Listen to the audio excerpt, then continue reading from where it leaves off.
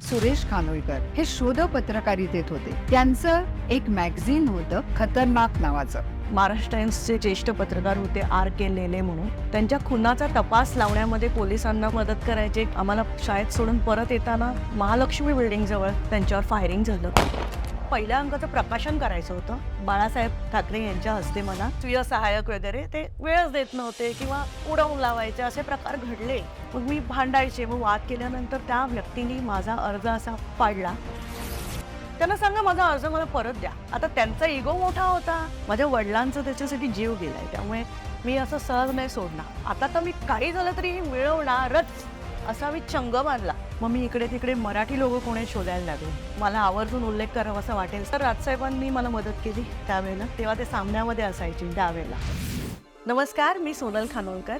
आज मी आले कांचन अधिकारी यांच्या बातो बातो मी या पॉडकास्टवर. तुम्ही नक्की पहा, लाईक करा आणि सबस्क्राईब करा. तुम्हाला आवडेल.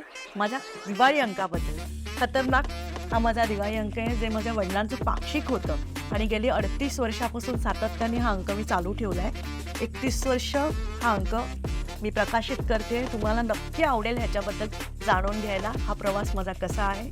त्याचबरोबर हा माझा दुसरा अंक आहे मनातली जाणीव. जाणीवच्याबद्दल सुद्धा मी काही व्यक्त झाले आहे. त्याही तुम्हाला ऐकायला माझ्या सगळ्या प्रवासाच्या गोष्टी कांचनताईंनी घेतलेल्या पॉडकास्टवर तुम्हाला आवडेल ऐकायला. तुम्ही नक्की पहा आणि सबस्क्राईब करा बातो बातो मी. थँक्यू.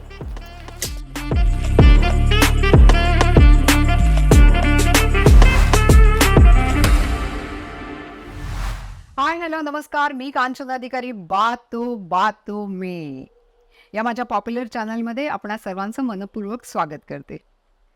मंडळी, चॅनलला जरूर सबस्क्राईब करा, कारण त्यामुळे माझा ग्रुप वाढत असतो. सबस्क्राईब करायचं म्हणजे फारसं काहीही करायचं नसतं आणि एकतर सबस्क्राईब करायचं म्हणजे त्याला पैसे पडत नसतात. सबस्क्राईब करायचं म्हणजे बातो बातो मे बाय कांचन अधिकारी असं यूट्यूब चॅनलला जाऊन लिहायचं. माझे एपिसोड्स येतील, त्याच्या खाली एक सबस्क्राईब असं लिहिलेलं एक बटन असेल, त्याच्यावरती फक्त क्लिक करायचं. ते क्लिक केलं की तुम्हाला ते रेड बटन सबस्क्राईब्ड ED असं येईल, म्हणजेच तुम्ही माझं चॅनल सबस्क्राईब केलं. माझा प्रोग्राम तुम्ही सबस्क्राईब अशासाठी करा की मी माझे प्रोग्राम इन्फॉर्मेटिव्ह करत असते, म्हणजेच तुम्हाला माहिती देणारे ते असतात. जगामध्ये विविध लोक आहेत आणि ते विविध क्षेत्रामध्ये कार्यरत आहेत. त्यातले खूप नामवंत लोक जे आहेत त्यांनाच मी इथे बोलावते आणि त्यामुळे त्यांचे विचार तुमच्यापर्यंत पोचावेत ही माझी एक इच्छा असते. तेव्हा चॅनलला सबस्क्राईब करायला विसरू नका. बातो बातो मे बाय कांचन अधिकारी. ओके, बरं मंडळी, आजची आपली जी गेस्ट आहे ती खरं तर माझी खूप लाडकी आहे. तिचं नाव आहे सोनल खानोलकर. हिचे वडील जे होते सुरेश खानोलकर यांचा 6 ऑक्टोबर 1992 साली त्यांची हत्या करण्यात आली. हिचे जे वडील होते हे शोध पत्रकारितेत होते. त्यांचं एक मॅगझिन होतं खतरनाक नावाचं. मी तुम्हाला ते मॅगझिन आत्ताला दाखवते आहे. हा दिवाळी अंक जो आहे हा सोनल आता पुढे चालवते आहे. जेव्हा तिच्या वडिलांची हत्या झाली तेव्हा सोनल फक्त एक 14 वर्षांची मुलगी होती. तिच्या पाठी तिची 2.5 वर्षांनी लहान अशी एक बहीण होती आणि एक भाऊ 5 वर्षांचा. आज ते सगळेच नावारूपाला आलेले आहेत आपल्या क्षेत्रामध्ये. आईचं वय फक्त 35-36 जेमतेम होतं, परंतु आईने जिद्द सोडली नाही आणि ह्या मुलांमध्ये एक कर्तृत्वाची धार निर्माण केली. आणि म्हणूनच मला आज सोनलला इथे बोलवावंसं वाटलं, कारण की वडील गेल्यानंतर सातत्याने इतकी वर्ष सोनल खतरनाक आणि मनातल्या जाणीवा हा स्त्रियांसाठी डिवोटेड असलेला दिवाळी अंक चालवत आहे. आणि त्याचमुळे मला सोनलचं खूप कौतुक करावंसं वाटतं, कारण की आजकालच्या जमान्यामध्ये जिथे की वाचन संस्कृती लोप पावत चाललेली आपण पाहतो, आजकालच्या जमान्यामध्ये जिथे वाचन संस्कृती लोप पावत चाललेली आपण पाहतो, त्या काळामध्ये ह्या मुलीने स्वतंत्रपणे एकटीने लढा देऊन ह्या 2 मासिकांना जिवंत ठेवलं. नॉट ओनली जिवंत ठेवलं, पण आज तिचा 1.5 लाखाच्या वर प्रत्येक मासिकाचा खप आहे आणि ह्यासाठी लागणाऱ्या सगळ्या जाहिराती ती स्वतः दडपडून आणत असते. या मुलीने अतिशय खडतर आयुष्य पाहिलेलं आहे आणि आज I feel so proud for Sonal आणि त्याचमुळे ती आज पॉडकास्टची गेस्ट ठरलेली आहे. सो चला तर मग वेलकम करूया सोनलचं. नमस्कार नमस्कार कांचनताई, थँक्यू सो मच आज मला इथे बोलवलंस. सोनल, मी तुला सांगू का, जसं मी आज तुझी इंट्रोडक्शन दिली, ही इंट्रोडक्शन खूप मनापासून मी तुझी दिलेली आहे. बरेच जणांचे मी इंट्रोडक्शन देत असते, परंतु एवढी मनापासूनची दिलेली इंट्रोडक्शन मला असं वाटतं ही पहिली असेल.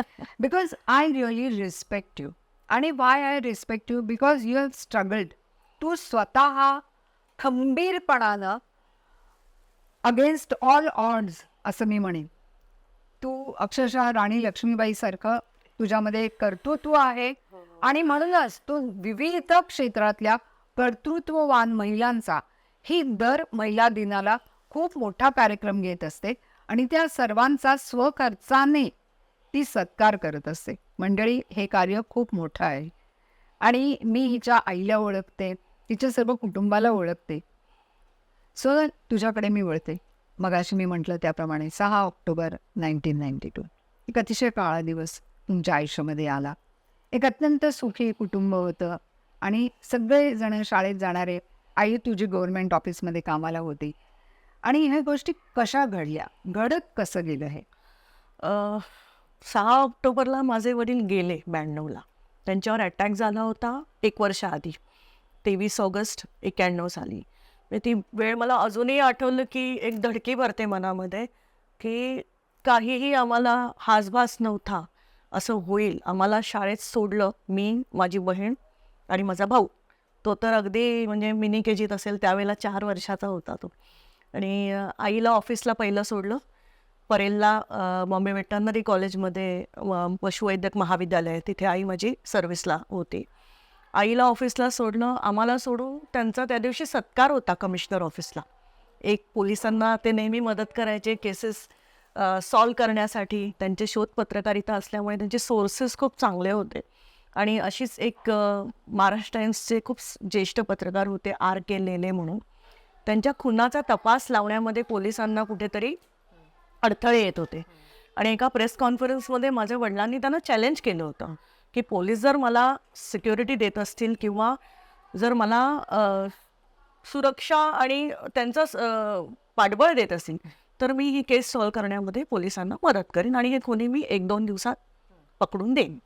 तर त्यामुळे तो चॅलेंज ॲक्सेप्ट केला. आणि तेव्हाचे कमिशनर जे होते RK राममूर्ती म्हणून, त्या राममूर्ती साहेबांनी विश्वास ठेवला त्यांच्यावर आणि त्यांना गो अहेड दिलं. आणि त्याप्रमाणे सांगितल्याप्रमाणे त्यांनी ते पकडून दिले त्यांचे खुनी. आणि त्या संदर्भात त्यांचा सत्कार होता. त्याच दिवशी ही घटना घडली. आम्ही किंग जॉर्ज शाळेत होतो, Indian education society, Hindu colony. आणि 5व्या रोडवर आम्हाला शाळेत सोडून परत येताना महालक्ष्मी बिल्डिंगजवळ त्यांच्यावर फायरिंग झालं. ते त्यांच्या तेव्हा फियाट गाडी होती आमची, त्या फियाट चालवत होते आणि एक गोळी त्यांना असं इथे लागली, म्हणजे छाटून गेली पहिली गोळी. तर त्यांना ते अंदाज आला की काहीतरी गडबड आहे, काहीतरी आपल्यावर हल्ला होतोय, म्हणून ते असे वाकले ती डॉच करायला. तर एक गोळी इथे घुसली मानेत. आणि मग त्यांचं ते गाडी त्यांची झाडाला आदळली, आपटली आणि ते गाडीतनं उतरले. अगदी एखाद्या सिनेमामध्ये दाखवतात तसा तो सीन होता त्यावेळेला. ते धावत त्या महालक्ष्मी बिल्डिंगमध्ये गेले आणि तो दरवाजा, सेफ्टी डोर होता वाटतं तिथे कोणाच्या तरी घरात, ते घुसण्याचा प्रयत्न करत होते. सेफ्टी डोर त्यांनी ढकलून तोडला. एवढी ताकद होती त्यांच्यामध्ये. ते खूप फिट होते, चांगली पर्सनॅलिटी होती त्यांची. आणि त्यावेळेला कुणाच्याही घरामध्ये कोणी असं अज्ञात व्यक्ती आल्यावर कोणी घाबरेल. त्यामुळे त्या घरातल्या ज्या गृहिणी होत्या त्यांनी मग आतला दरवाजा लावून घेतला आणि ते आतमध्ये शिरले होते. पण मध्ये मग त्यांचे एक सासरे होते वयस्कर, ते आले घाबरून. आणि जेव्हा लास्ट गोळी त्यांनी ट्रिगर केली त्यांना मारण्यासाठी, तेव्हा जर ते हल्ले असते तर त्यांना गोळी लागली असती, म्हणून ते हल्ले नाहीत. आणि ते त्यांना वाचवण्यासाठी ती गोळी त्यांना पाठीत लागली आणि त्या गोळीमुळे ते कोलॅप्स झाले तिथेच. पण जेव्हा कोलॅप्स होता त्या मारेकऱ्यांनी जेव्हा त्यांच्या डोक्यावर पिस्तूल धरली तेव्हा त्यांना तोपर्यंत ते कॉन्शियस होते आणि त्यांनी त्याला असं पकडलं, त्यांच्या हातामध्ये असं मान पकडली त्याची अक्षरशः, जेव्हा त्याच्या गोळ्या संपल्या होत्या. त्यांच्या ताकद होती, पण ते सेन्सेशन दोन्ही पायाचं गेलं आणि ते तिथे कोलॅप्स झाले आणि तिथेच ते पडले. मग पुढे त्यांना उपचारासाठी हॉस्पिटलमध्ये दाखल केलं. अगदी म्हणजे वाईट वेळ होती ती. आम्ही खूप लहान होतो. म्हणजे आम्हाला ते इमॅजिन केलं तरी अजून मला ते ते दिवस जरी आठवले तरी फार वेदना होतात, की काय म्हणजे परिस्थिती आमच्यावर ओढवली तेव्हा. आम्ही काय करायचं आम्हाला सुचत नव्हतं. आम्ही शाळेत होतो. संध्याकाळी आम्हाला कोणीतरी न्यायला येतंय. काही कोणी सांगत नाहीये. कुठेतरी आम्हाला तिसरीकडेच घेऊन म्हणजे आमच्या वडिलांचे एक मित्र होते. त्यांची मिसेस आम्हाला काकी त्या घ्यायला आल्या होत्या तिघांना आम्हाला. आणि आई माझी अर्थात हॉस्पिटलमध्येच असेल त्यावेळेला. आम्हाला काही माहिती नव्हतं. आम्ही एकदम इनोसंट सैरावैरा कावरे-बावरे झालो होतो, की काय म्हणजे कोणी काही सांगत नाहीये, नक्की काय झालंय? म्हणजे माझे बाबांवर काहीतरी झालंय अशी थोडीशी चाहूल लागली होती मला. पण ते नक्की काय घडले म्हणजे कोणी असं ओपनली काही बोलत नव्हतं. कारण ते त्यावेळेला सिच्युएशन अशी होती, की ती 24 तास, 48 तास फार क्रिटिकल होते. आणि हळू-हळू जेव्हा आम्हाला कळलं असं आहे, तेव्हा मग कुठेतरी म्हणजे आमचं जगच होतं. माझ्या वडिलांबरोबर मी खूप क्लोज होते. तर असं झालं मग 2-3 दिवसांनी आम्ही जेव्हा बघायला गेलो, तर ते वाचले होते त्या हल्ल्यातनं. पण कॉम्प्लिकेशन्स होते. गोळ्या दोन्ही काढणं कठीण होतं त्यावेळेला. त्यामुळे 1 वर्ष त्यांनी झुंज दिली. 1 वर्ष होते ते. बरे होणार होते. त्यांच्या कामामध्ये सुद्धा ते हॉस्पिटलमधनं सुद्धा ते खतरनाक नावाचं जे पाक्षिक होतं ते चालवत होते. सगळं होतं पण बोलतात ना सगळं असून सुद्धा कुठेतरी ते परमेश्वराच्या हातात असेल अशा घटना घडल्या. टर्निंग पॉइंट म्हणू शकता माझ्या आयुष्याचं तेव्हाच झालं. म्हणजे तर अचानक मॅच्युरिटी आली तेव्हा तुला. मॅच्युरिटी म्हणजे अख्खं काही एखाद्या 14 वर्षाच्या 13-14 वर्षाच्या आत्ताच्या मुलांना आपण कंपेअर केलं आणि त्यावेळेला ही वेळ जेव्हा आली, माझी बहीण तर एकदम अल्लड होती. म्हणजे अजूनही त्यावेळेला मी एकदम शॉकिंग पण होतं. तो एवढा मोठा धक्का होता, की कावरं-बावरं पण व्हायचे, परत सावरायचं पण आहे स्वतःला आणि पुढे काय? आईला पण बघायचं. आई माझी तेव्हा अवघ्या म्हणजे जसं तुम्ही तो इंट्रोड्यूस केलं, की 35-36 वर्ष वय. कधीही तो खतरनाक तिने असा पाहिलेला नाही आवडीने, कारण कायम त्याच्यामध्ये गुन्हेगारांवर लिहिलेलं असायचं. कायम तेव्हा ते 2 गोष्टी खूप पॉप्युलर होत्या त्या काळामध्ये. एक हो. खतरनाक आणि एक प्रमोद नवलकरांचा भ्रमंती भटक्याची भ्रमंती. हो. आमचे एकाच ठिकाणी प्रिंटिंगला पण जायचे. आम्ही खेतवाडीमध्ये ती प्रेस होती आमची, अशोक प्रिंटिंग प्रेस. माझ्या वडिलांचे चांगले मित्र होते नवलकर साहेब. तर त्यावेळेला हे झाल्यानंतर म्हणजे टॉक्ड अबाउट होते हे. हो. नाही मला असं वाटतं गुन्हेगारीवर पहिलाच होता आमचा खतरनाक. त्याच्यानंतर दक्षता सुरू झाला. त्याच्यानंतर पोलीस टाइम्स, पोलीसवाणी अनेक सुरू त्याच्यानंतर झाले. सिरियलचा जमाना आला हो. आणि मग बऱ्याचशा हो. पोलिसी याच्यावरती आधारित इव्हन अधिकारीचं पण कमांडर वगैरे होता, हो. इन्स्पेक्टर होता. हो, हॅलो. So त्यामुळे त्याच्यावर अनेक होते. पुष्कळ गोष्टी चालू झाल्या त्याच्यानंतर. आणि खतरनाक पाक्षिक जे होतं त्याचा खप 1.5 ते 2 लाख त्यावेळेला होता आणि रिप्रिंट करावाला पण लागायचा. अरे. कारण माझ्या वडिलांचं जे सदर होतं एक नाकाबंदी म्हणून त्याच्यामध्ये खूप इंटरेस्टिंग असायचं. म्हणजे वाचकांना असं वाटायचं पुढे काय? पुढे काय? जसं तुमच्या सिरियल्सचे एपिसोड असतात, नेक्स्ट एपिसोड असं ते एपिसोड्स असायचे त्याचे आणि इंटरेस्टिंग होतं त्यावेळेला म्हणजे आणि एवढं त्यावेळेची पत्रकारिता वेगळी होती. जे लिहिलं जायचं त्याच्यावर ताबडतोब ॲक्शन व्हायची. म्हणजे आमच्या खतरनाकमध्ये तरी असं होत होतं, की माझ्या वडिलांनी असं एक सदर लिहिलं, "हे धंदे बंद करा." तर ते नेक्स्ट डे केले जायचे. एवढं स्ट्रॉंग लिखाण होतं. आणि असंच होतं आणि या सगळ्या प्रकरणामुळे तेव्हाचे राज्यकर्ते पण तसे असतील की बाबा ह्याच्यामध्ये आलंय म्हणजे ते सत्य आहे आणि हो. ते आपल्याला करायला पाहिजे. हो, हा एक निग्रह अगदी. त्यामध्ये पण असायला पाहिजे. हो. आणि एथिक्स होते, प्रिन्सिपल्स होते. तर ते त्यावेळेला तसं होतं. माणसं पण तशी होती, कोऑपरेटिव्ह होती, सपोर्टिव्ह होती. पण आता जेव्हा वडील नंतर गेले त्याच्यानंतर खतरनाक हा अंक म्हणजे खरं तर बंद हो. करा किंवा असंच काही नाही ऍडवाइस केले असतील त्याबद्दल सांग. खतरनाक 92 सालापर्यंत तर पाक्षिक चालू होतं. बाबा 6 ऑक्टोबर 92ला गेले. त्यावेळेला मी 9वीत होते. बाबा गेले तेव्हा. आणि मग मी 10वीत गेले नंतर काही महिन्यांनी ऑक्टोबर मार्चमध्ये. हा तर त्यावेळेला 10वीत असताना अचानक असं नातेवाईक वगैरे कमी झाले आमच्याकडे यायचे. बाबांचे मित्र वगैरे म्हणजे आमच्याकडे अक्षरशः आम्ही लहान जागेत राहायचो. अभ्युदयनगरमध्ये आम्ही राहायचो काळा चौकीला. आणि त्या लहान जागेत सुद्धा एवढे येणारे जाणारे असायचे. म्हणजे माझी आई ऑफिसला जात होती, पण तरीसुद्धा ती सगळ्यांसाठी सगळं करून जायची, अटेंड करायची. बाबांचे कोणी मित्र आले, कोणी घरी आलं तर पाणी आणि चहा हा आमच्या घराचा रूल होता. मी लहान होते, पण आम्हाला मॅनर्स होते तेवढे, की कोणी आलं तर ॲटलीस्ट एक ग्लास पाणी तर ते दिलंच पाहिजे. अगदी माझा भाऊ लहान होता, 4-5 वर्षाचा, त्याला सुद्धा ते कळत होतं, की कोण आलं तर पाणी विचारायचं. माझी आई कधीही तिने असं एवढ्या सगळ्या ह्याच्यामध्ये कधी कोणाला असं अवॉइड केलं नाही किंवा आदरातिथ्य तिने प्रत्येकाचं केलेलं आहे. पण मग आम्हाला बाबा गेल्यानंतर ते जाणवलं, की अचानक सगळे यायचे बंद झाले. अचानक काही लोकं बाबांचे रोजचे फ्रेंड्स, ज्यांना माझ्या वडिलांनी कितीतरी प्रसंगातनं वाचवलंय, प्रोटेक्ट केलंय, सल्ले दिलेत. कितीतरी जणांना त्यांनी कामाला म्हणजे उदरनिर्वाहासाठी पण त्यांना शिफारस करून नोकऱ्या दिल्या आहेत आणि अशी लोकं आम्हाला टाळायला लागली. आमच्याकडे दुर्लक्ष करायला लागले. काही म्हणजे अगदी एक माझ्या वडिलांचा जवळचा मित्र. आम्ही शाळेत गेलो तर मला आठवते मी निनाद माझा भाऊ 5 वर्षाचा होता. नंतर तो फर्स्ट स्टँडर्डमध्ये सीनियर का फर्स्टला गेला होता. मी त्याला शाळेत आणायला गेले होते. मी त्यावेळेला ते काकांकडे आम्हाला ते दिसले. ते पण आले होते, त्यांच्या मुलासाठी आले असतील. मी त्यांच्याकडे बघत होते, की त्यांनी मला जवळ घ्यावं, त्यांनी विचारावं, त्यांनी निदान निनादची तरी चौकशी करावी. तो खूप लहान होता. म्हणजे या अशा सिच्युएशनमध्ये त्यांनी अक्षरशः तोंड लपवलं. मला माहीत नाही कारण काही असेल. कदाचित त्यांना पण वाईट वाटत असेल किंवा त्यांना असंही वाटलं असेल, की आपल्याकडे काही हेल्प मागायला आले तर. आजकाल लोकांना कोण त्यावेळची परिस्थिती वेगळी होती किंवा त्यांची काही नाराजगी असेल.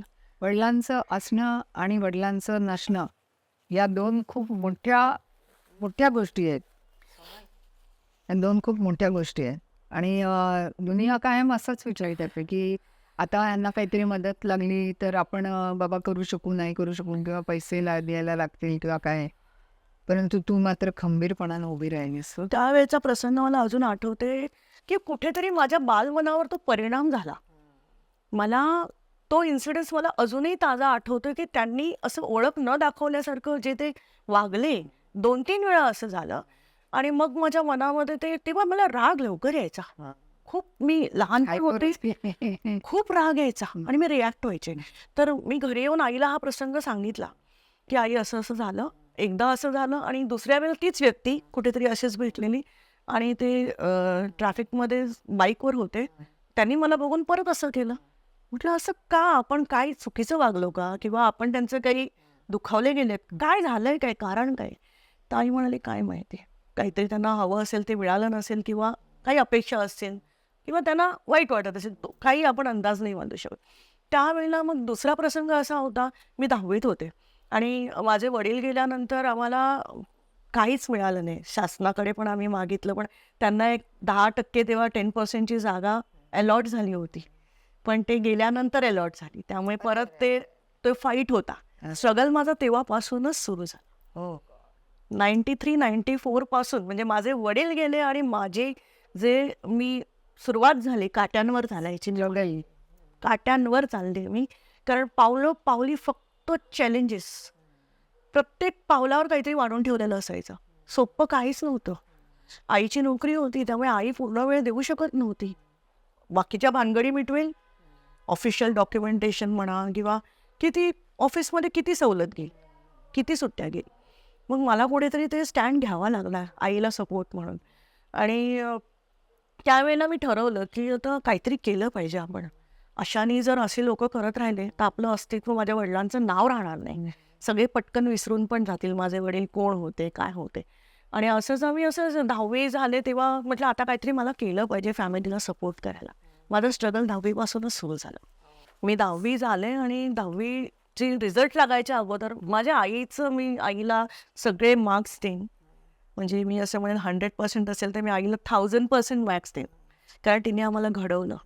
तिने माझ्यावर विश्वास ठेवला आणि मीही त्या विश्वासाला पूर्ण पात्र ठरले. कारण त्यावेळेला मिरॅकलच होतं, खतरनाकसारखा दिवाळी अंक. आणि ते सपोर्ट कसा करायचा फॅमिलीला म्हणून मी ब्युटिशियनचा कोर्स केला. मला आवड होती त्यातली. खरं तर बाबा असतानाच मला डॉक्टर व्हायची खूप इच्छा होती. मेडिकलकडे मला वळायचं होतं. पण डिफॉल्टनी असं म्हणतात ना, बाबा असे कधी कधी बोलायचे की हे माझं हे सगळं कोण बघणार आहे, तूच बघणार आहेस हे, असं कधीतरी ते म्हणायचे. कारण मी नेहमी भांडायचे त्यांच्याबरोबर लहान असताना.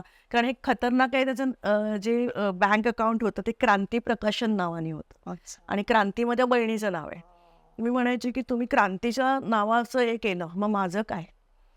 मी तुम्हाला कुठे म्हणजे तेव्हापासून असं मग गमती जमतीत किंवा लहानपणीचं एक असेल हट्ट. ते म्हणायचे अगं क्रांती प्रकाशन असलं तरी त्याची मालकीण तूच आहेस, तूच बघणार आहेस सगळं, तूच हे पुढे हँडल करणार आहेस. अरे मला नाही करायचंय, पण मला डॉक्टर व्हायचंय असं मी म्हणायचे. तर ते मला माहीत नाही कसं काय त्या गोष्टी घडत गेल्या.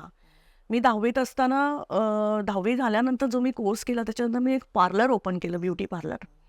कारण मला सपोर्ट काहीतरी इन्कम सोर्स पाहिजे होता. माझ्याकडे कला होती, मला आवड होती. तिथेच काळा चौकीला आम्हाला जागा पण मिळाली अशी छान आणि एक छोटंसं पार्लर सुरू केलं. पार्लर करता करता मग माझा रिझल्ट लागला, छान मार्क्स मिळाले, ॲडमिशन घेतलं. मी कॉमर्स स्टुडंट आहे.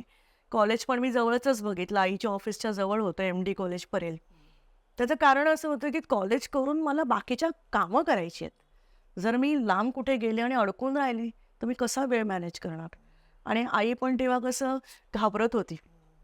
माझ्या ऑफिस जवळ असेल तर माझं लक्ष राहील किंवा येऊन जाऊन आपण टचमध्ये राहू, काही असेल तर पटकन येऊ शकतेस.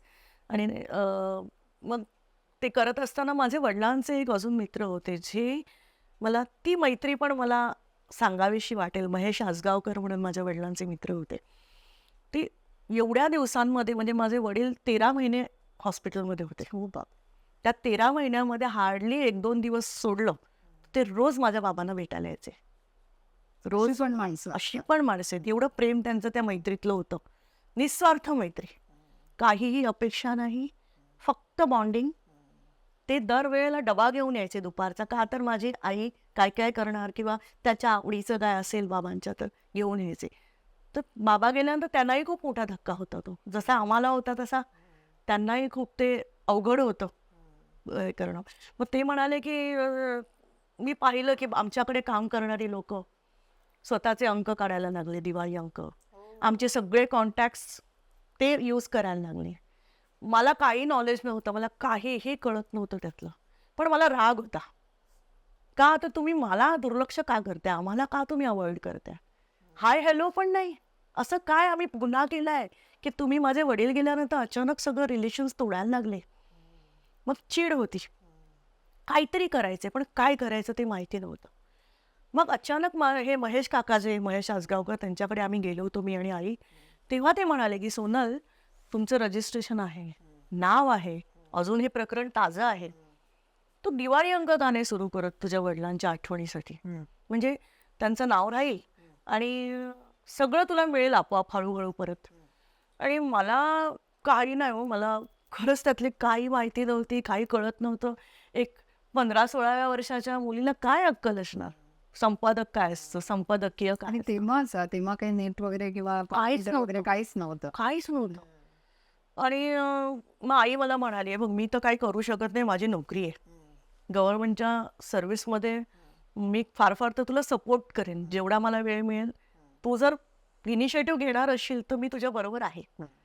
माझ्या आईची मला कमाल वाटते, कारण तिने कधीही तो पेपर बाबा असताना असा काय आवडीने उघडला नव्हता. कुणालाच आवडणार नाही तो, कारण ते सगळं हां. थोडंसं Crime related. क्राईम रिलेटेड होतं. आणि त्याच्यानंतर मग हळूहळू पहिला अंक आम्ही 94 साली मी प्रकाशित केला, खतरनाकचा. त्याच्यामध्ये असेच इकडचे तिकडच्या लेखकांना, बाबांचे मित्र होते काही, काहींना असेच कथा कादंबऱ्या, पण त्याला स्वरूप नव्हतं. नॉर्मल जे दिवाळी अंक असतात, नाव खतरनाक, पण आतमध्ये कथा वगैरे अशा नॉर्मल होत्या. तर ते माझं लर्निंग पिरियड होता. 1-2 वर्ष मी शिकत होते काय करायचं कसं. पण मला साथ दिली तेव्हाचे बाबांचे जे मित्र होते, चांगले मित्र दुसरे, तर त्या लोकांनी मला सपोर्ट केला आणि छोट्या छोट्या जाहिराती गोळा केल्या. आणि मला पोलिसांनी पण मदत केली. आम्हाला प्रोटेक्शनला 2 वर्ष पोलीस प्रोटेक्शन होतं, एस्कॉर्ट्स होते, प्रत्येकाला बॉडीगार्ड्स होते. आईला वेगळं, भावाला वेगळा, आम्हा दोघींना वेगळा होता, बहिणीला. आणि मग आम्हाला ते एक सेफ होतं आईला, की माझ्या मुली शाळेत जात आहेत, घरी परत सेफली येत आहेत. आणि नंतर मग आईने चांगलेपणी पत्र देऊन पोलिसांना थँक्यू म्हणून स्टॉप केलं ते, की आता आम्ही करू मॅनेज. सुरुवातीला ते बाबा गेल्यानंतर थोडंसं एक वर्ष अवघड तरी. होतं. मग नंतर जो थाट होता ना, अचानक तो थाट निघून जातो, तेव्हा कुठेतरी इथे फील होतं, पिंचिंग होतं, की आता काय काय करायचं, असंच राहायचंय की आपण ते बदलायचंय. आणि आत्ता सगळे आपल्याला आयतं सगळं मिळतायत नॉलेज, तेव्हा एवढं नव्हतं, माहिती पण नव्हतं दुंडून काढायला लागायचं. आणि कोणी मोटिवेट करणारं पण नव्हतं तसं.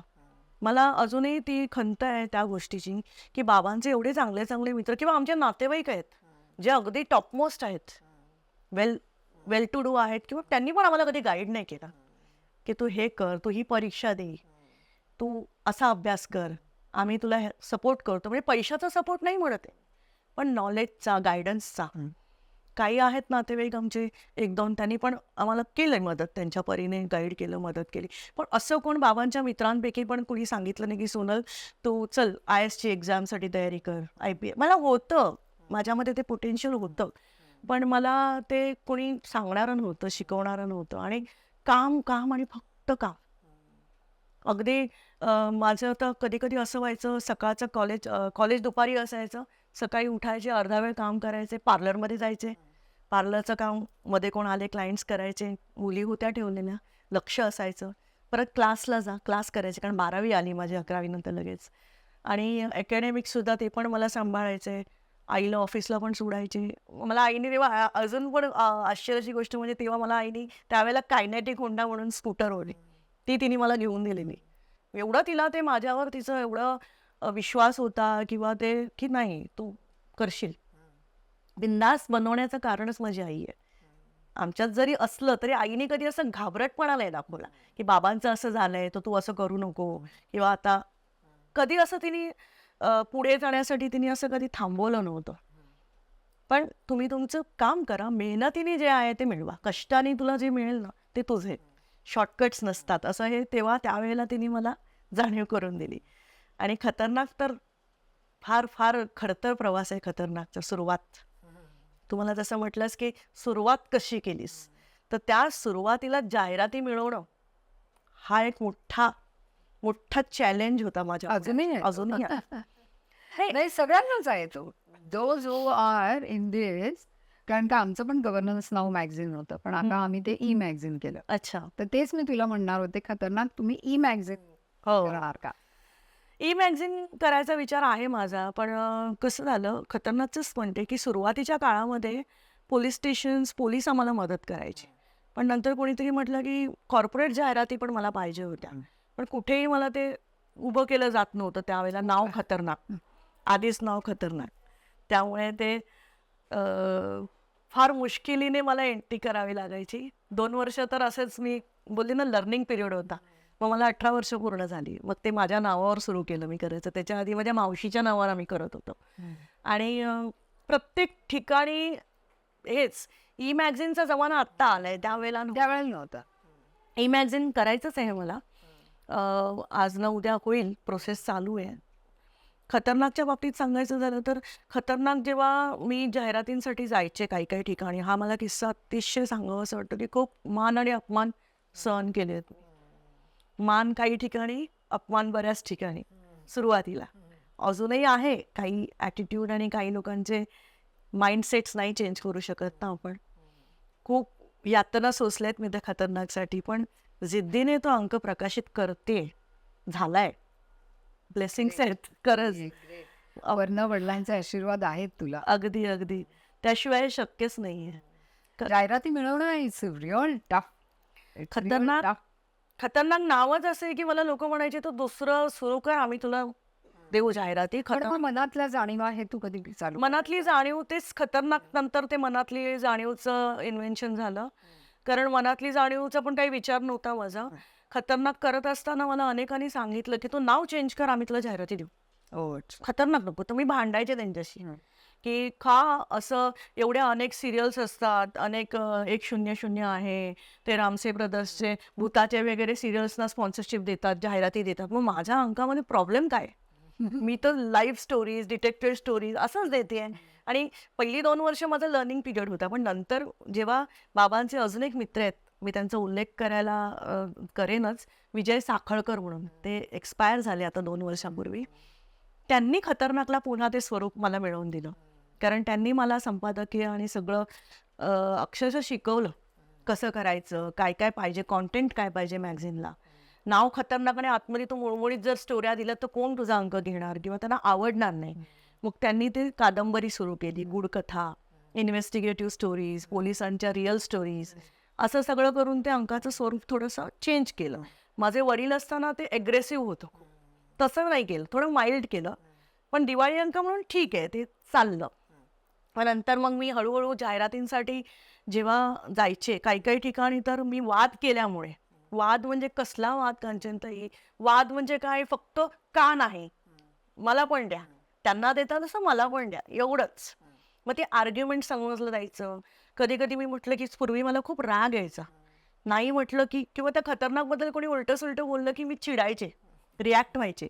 आणि मग परिणामी असं झालं होतं, एका ठिकाणी मी गेले होते, एक मोठ्या वर्षाच्या मुलीला 16-17 वर्ष, काय डोक्यात असणार तिच्या, मार्केटिंग काय आहे, सेल्स काय, काय कळणार तिला. मग मी भांडायचे. मग वाद केल्यानंतर त्या व्यक्तीने माझा अर्ज असा फाडला, डस्टबिनमध्ये टाकला. आणि मी गेल्यानंतर, आणि तिकडेच एक महाराष्ट्रीयन होते जे मला ओळखायचे, माझ्या वडिलांना वगैरे, त्यांनी फोन केला. तेव्हा टेलिफोन होते, मोबाईल पेजर काहीच नव्हता. तेव्हा घरी फोन केला आणि मी नव्हते घरी पोचलेले. तर माझ्या आईने फोन उचलला. आईला म्हणाले, हो वहिनी, असं असं तुमची मुलगी आली होती सोनल, हो ती आमच्या साहेबांबरोबर भांडली हो. आणि मग ते साहेब एवढे चिडले, ती गेल्यानंतर त्यांनी तो अर्ज फाडला आणि फेकून दिला. तिला सांगा असं वाद नाही घालायचा, शांतपणे असं तसं. आता काय झालं, मी आल्यानंतर आईने माझी खबर घेतली, तू असं नाही करायला पाहिजे, असं का केलंस, तसं का केलंस.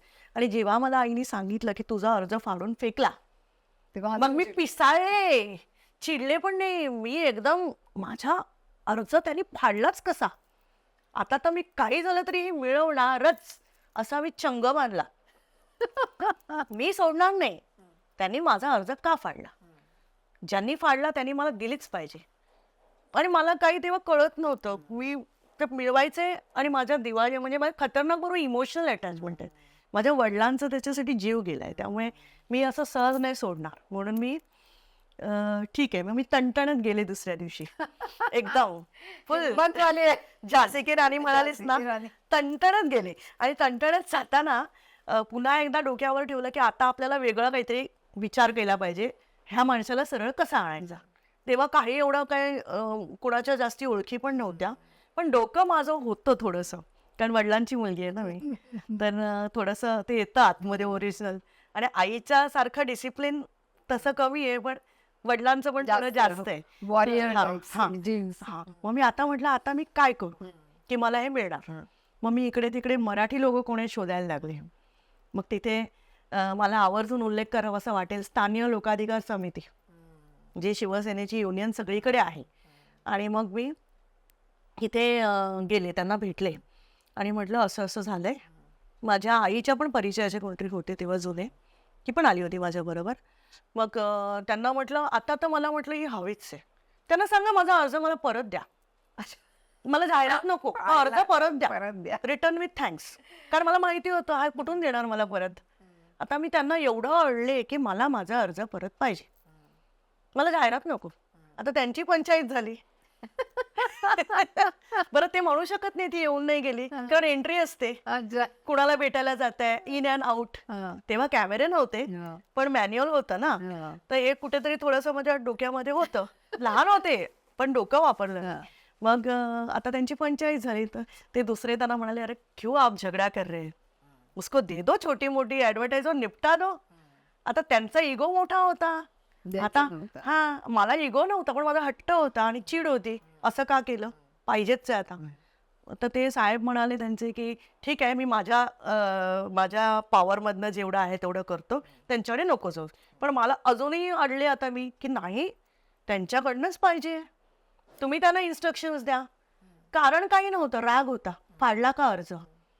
नसतं गोड बोलून नाही म्हटलं असतं, मी समजून गेले असते, तुमचं बजेट नाही आहे, काही इतर हे असतं, पण मी माझा अर्ज फाडला का, एवढंच होतं. मग मला आयडियाज मिळाल्या की असं केलं तर कॉर्पोरेट जाहिराती मिळू शकतील. म्हणजे मग मग मी सगळीकडे मराठी लोक शोधत बसले. मराठी माणसांमध्ये. आणि तेव्हा कसं माहिती, खरं सांगू कांचन, ते तेव्हा माणुसकी होती.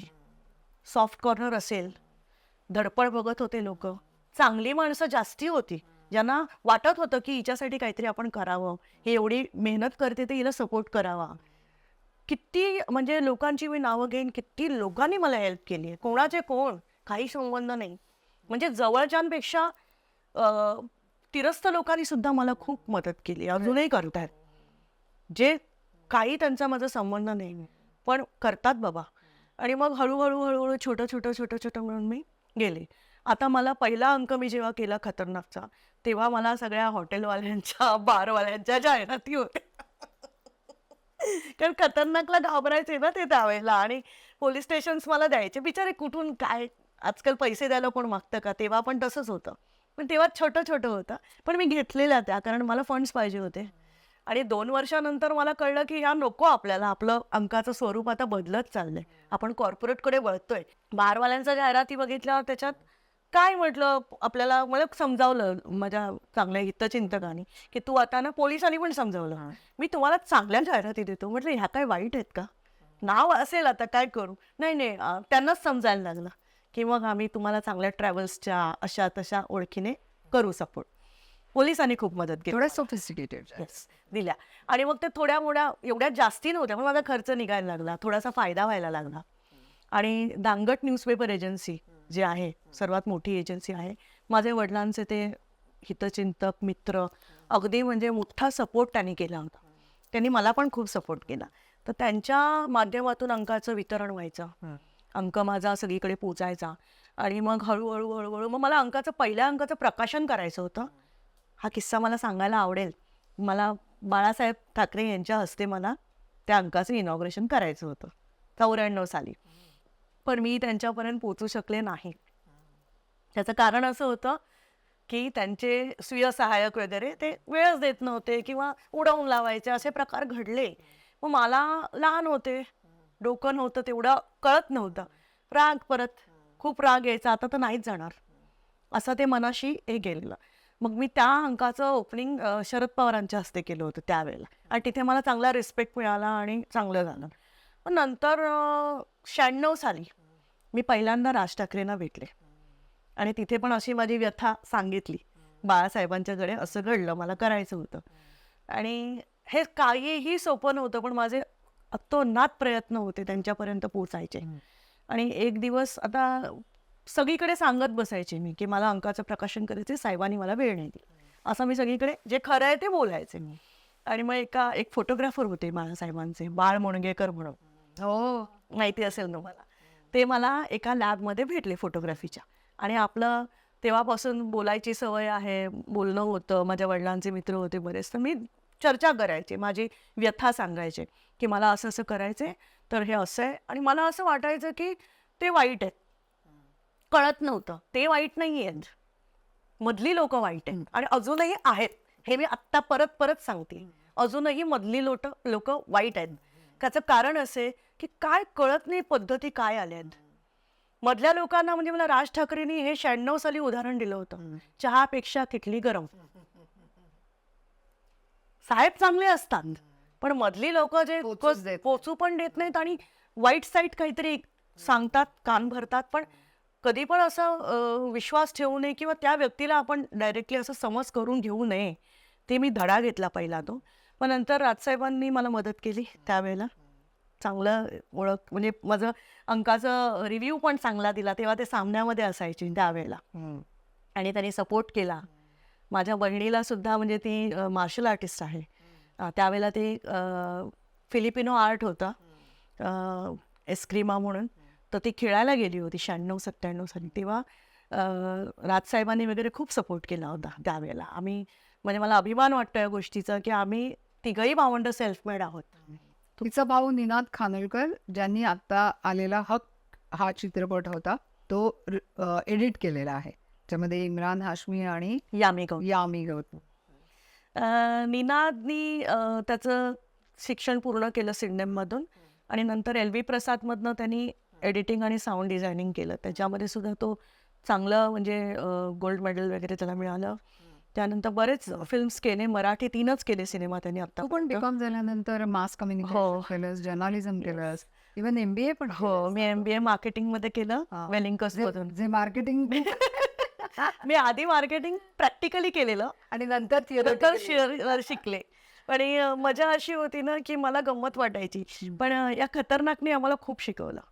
मला तरी खूप शिकवलं आणि घडवलं तू. घडवलं. आणि एक मुद्दा खूप महत्वाचा आहे की सोनल, तू तुझ्याकडे कधी लक्ष दिलं नाहीस, पण फॅमिली आणि बहीण भावंड म्हणा, आई म्हणा, यांचा आईचा तर सपोर्ट तुला होताच. हो. पण at the same time I will say that या मुलीनी इव्हन लग्नाच्या वेळेला पण तू तुझ्या बहिणीचं लग्नाच्या वेळेला म्हणाली नाही तिचं लग्न होऊ दे, माझं मी नंतर बघते. Such a big sacrifice Sonal. Sacrifice नाही म्हणता येणार, पण मला पाहिजे तसं कोण मिळालं नाही त्यावेळेला सुद्धा. आणि लग्न हा असा डिसिजन होता ना की मला एवढी स्वतःवर, म्हणजे मी सेल्फ मेड आहे, त्यामुळे सेल्फ मेड असल्यामुळे कधी अवलंबून राहायची सवय नव्हती आणि कुणाशी पण लग्न करणार नाही हे माझं ठरलेलं होतं. लग्न एक संस्कार व्हायला पाहिजे की लग्न समाजात करावं लागतं, त्याच्यासाठी लग्न करा, किंवा ते माझा ह्याच्यात नव्हतं. त्यामुळे मी म्हटलं मला योग्य मिळालं तर मी करेन. मला वाटलं की ठीक आहे, ओके आहे तर मी करेन, पण तोपर्यंत जर माझ्या बहिणीचं होतं आणि तिला करायचं असेल तर गो अहेड, चांगलंच होईल. बहिणीचं पण लग्न झालं, आता भावाचं पण लग्न झालं आणि छान झालं सगळं. आणि मला त्या बाबतीत असं वाटत नाही की कधी आता लग्न हा मोठा विषय आहे. आजकाल या फील्डमध्ये असल्यामुळे मी खूप काही पाहतेय. आता काळ खूप बदलत चाललेला आहे आणि त्याच्यामुळे एखाद्या मुलीचं आयुष्य, म्हणजे पूर्वी असं म्हणायचं ना, अरे बापरे अजून लग्न झालं नाही. मी पण त्याच्यामधनं खूप म्हणजे गेलेली आहे आणि अरे बापरे अजून लग्न झालं नाही, अरे बापरे अजून, असं वगैरे सगळं तेव्हा बोललं जायचं. पण ते तसं काही बोललं याची काही गरज नसायची. परंतु आता लोक काय करतात, आता लोक म्हणतात की हा ठीक आहे, तिला करिअर करायचंय, तिला म्हणजे ती नंतरही होऊ शकेल.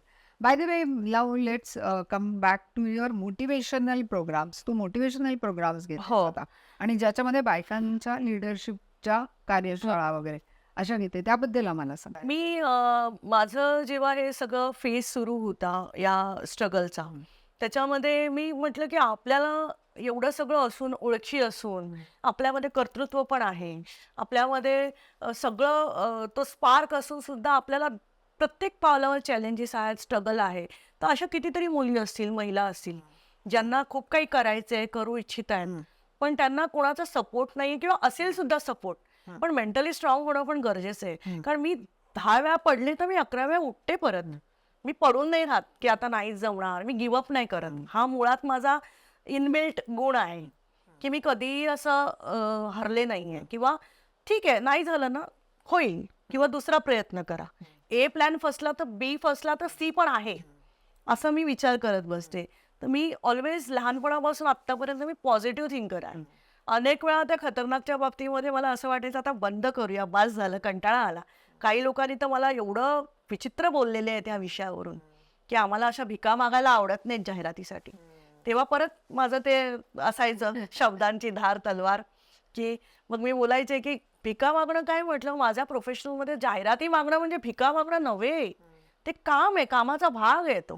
त्या मोबदल्यात आपण देतोय, त्यांना पेज देतोय, पब्लिसिटी देतोय. आता ते तुम्ही द्यायचं की नाही ते तुमचा प्रश्न आहे, पण हे माझं कामाचा भाग आहे. त्याच्यानंतर कुठलंही काम जर करायचं झालं तर मग हे निराशाचं पहिलं पाऊल प्रत्येकाच्या आयुष्यामध्ये असतं, त्याच्यानंतर यश येतं.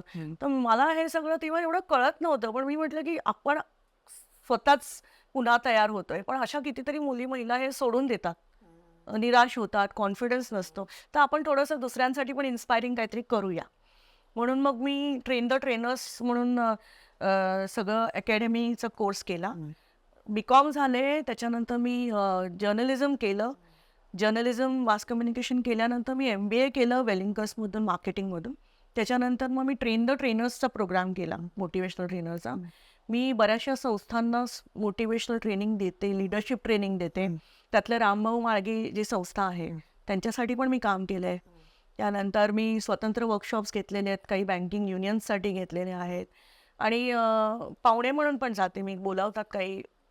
सगळे पैसाच नसतो, काही सोशल वर्कचा भाग आहे आणि जाणीवची निर्मिती जी माझी झाली होती, मनातली जाणीव हा दिवाळी अंक मी ॲक्सिडेंटली पुन्हा सुरू केला. कारण खतरनाकला जाहिराती मिळत नाही म्हणून मी मनातली जाणीव बघूया म्हटलं, करूया. तर मनातली जाणीव काढल्यानंतर लोकं म्हणतात, खतरनाक जुनं आहे.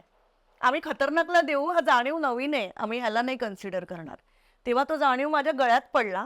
पण माझं नशीब एवढं छान आहे, की जाणीवच्या पहिल्याच अंकाला उत्कृष्ट दिवाळी अंकाचा पुरस्कार मिळाला. अरे वा, आणि काँग्रॅच्युलेशन. जाणीवही आवडायला लागला लोकांना.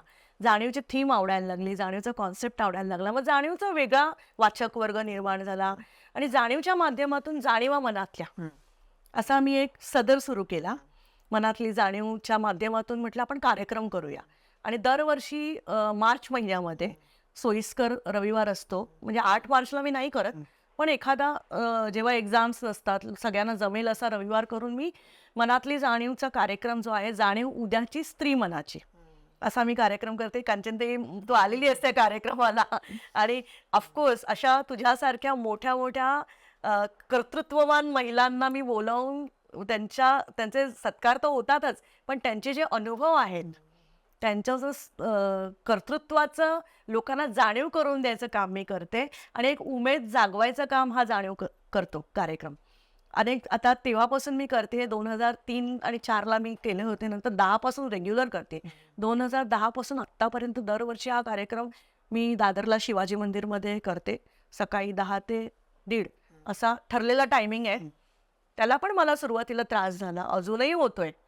आणि मला कळत नाही एखाद्या स्त्रीला किती वेळा स्वतःला प्रूव्ह करावं लागतं की आपण कर्तृत्ववान आहोत. किती वेळा करायचं, you have to keep on proving. मग करते. सोडायचं नाही, कार्य करत राहायचं. तेच चाललंय. आणि मला लोक म्हणतात तू दमत कशी नाही अजून. काय नाही, घेतला वसा सोडू नकोस. एवढंच मी तुला ऍडवाइसिंग, घेतला वसा सोडायचं. जाणीवच्या माध्यमातून अनेक ठिकाणी मी पोचले, अनेक महिलांपर्यंत पोचले. अशा महिलांना आम्ही पुरस्कार देतो ज्यांनी काहीतरी वेगळं केलंय, करू इच्छित आहेत, जे अननोन आहेत. त्यांना गरज नाहीये कोणाच्या शाबासकीची, ते आपलं काम करतायत. त्यांना असं वाटत नाही की कोणी येऊन माझी मुलाखत घ्या, मला अवॉर्ड द्या, पण त्यांच्या कर्तृत्वाला अवॉर्ड देण्यासाठी ते स्वतः भाग पाडतात. अशांना मी शोधते आणि तो कार्यक्रम होतो. आणि आता त्या कार्यक्रमाला खूप छान रिस्पॉन्स मिळायला लागलाय.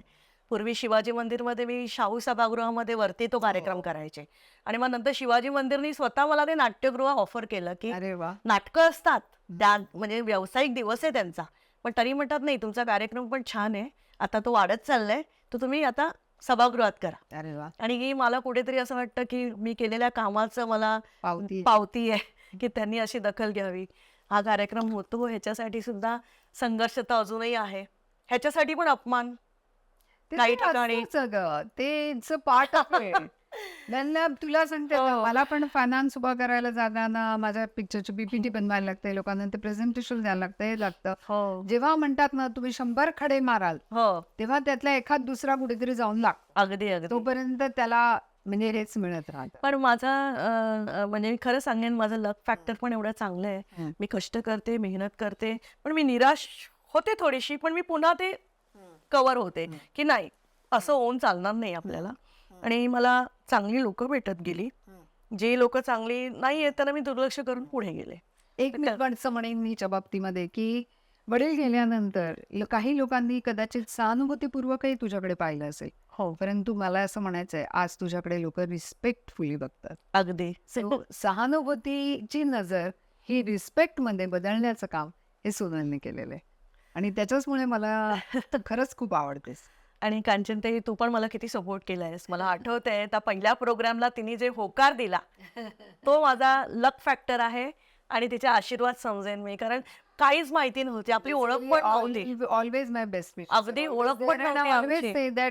एखादी स्त्री धडपडून जर काही करत असेल तर मी कायम तिच्या मागे उभी असते, कारण का मला हे कळतं की अजूनही समाजामध्ये स्त्रीला तू स्त्री आहेस हे दर्शवून दिलं जातं पदोपदी, क्षणोक्षणी, आणि तेच आपल्याला कुठेतरी त्याच्यावरचीच वाद करून आपल्याला पुढे जायचंय. खतरनाक आणि जाणीव हे दोन्ही वेगळे परस्पर ऑपोजिट टॉपिक्स आहेत. आणि डॉक्टर विजया वाडांनी मला उल्लेख करावा असं वाटेल की त्यांनी मला खूप साथ दिली खतरनाकसाठी. पण त्या लिहायला लागल्या, पहिल्यांदा त्या म्हणाल्या आयुष्यात मी क्राईम स्टोरी लिहिली आहे खतरनाकसाठी. आणि डॉक्टर विजया वाडांनी आणि स्मिता गव्हाणकर असं मिळून आम्ही जाणीवचा तेव्हा कार्यक्रम सुरू केलेले. आपण इथे त्यांना मी अंक तुम्हाला दाखवू इच्छिते. हा मनातली जाणीव हा हिचा अंक असतो. आणि हा पण दिवाळी अंक आहे, तेव्हा तुम्ही नक्की दिवाळी अंक जेव्हा वाचता तेव्हा हा अंक तुम्ही घेत चला. आणि याच्यामध्ये विविध गोष्टी समाविष्ट केलेल्या आहेत. कथाकार. हा हो. स्त्रियांच्या विषयी जास्त हे आहे. लघुकथा आहेत, हा. कथा आहेत. हं. आणि आता छान म्हणजे साहित्यामध्ये सुद्धा चांगल्या मैत्रिणी झालेल्या आहेत, ज्या सपोर्ट करतात. आम्ही एकमेकांना सपोर्ट करतो. आमचं बऱ्याच आता पुढे पण योजना आहेत, काय काय करायचंय आम्हाला. म्हणजे शेवटी टीम वर्क आहे. आपण कितीही म्हटलं एकटा माणूस करतो, पण चांगली टीम असली तर नक्कीच आपण चांगलं काहीतरी करू शकतो. Any day any time. बऱ्याच गोष्टींसाठी. हो. तुझ्या येणाऱ्या सगळ्या फ्युचर व्हेंचर्सना माझ्यातर्फे कायमच शुभेच्छा राहिलेल्या आहेत. आणि अशाच शुभेच्छा कायम राहतील. आज तू माझ्या या पॉडकास्टमध्ये आलीस आणि तुझ्या मनातल्या भावना, मी म्हणेन मनातल्या जाणीवा, भावना या सगळ्या तू इथे म्हणजे व्यक्त केल्यास.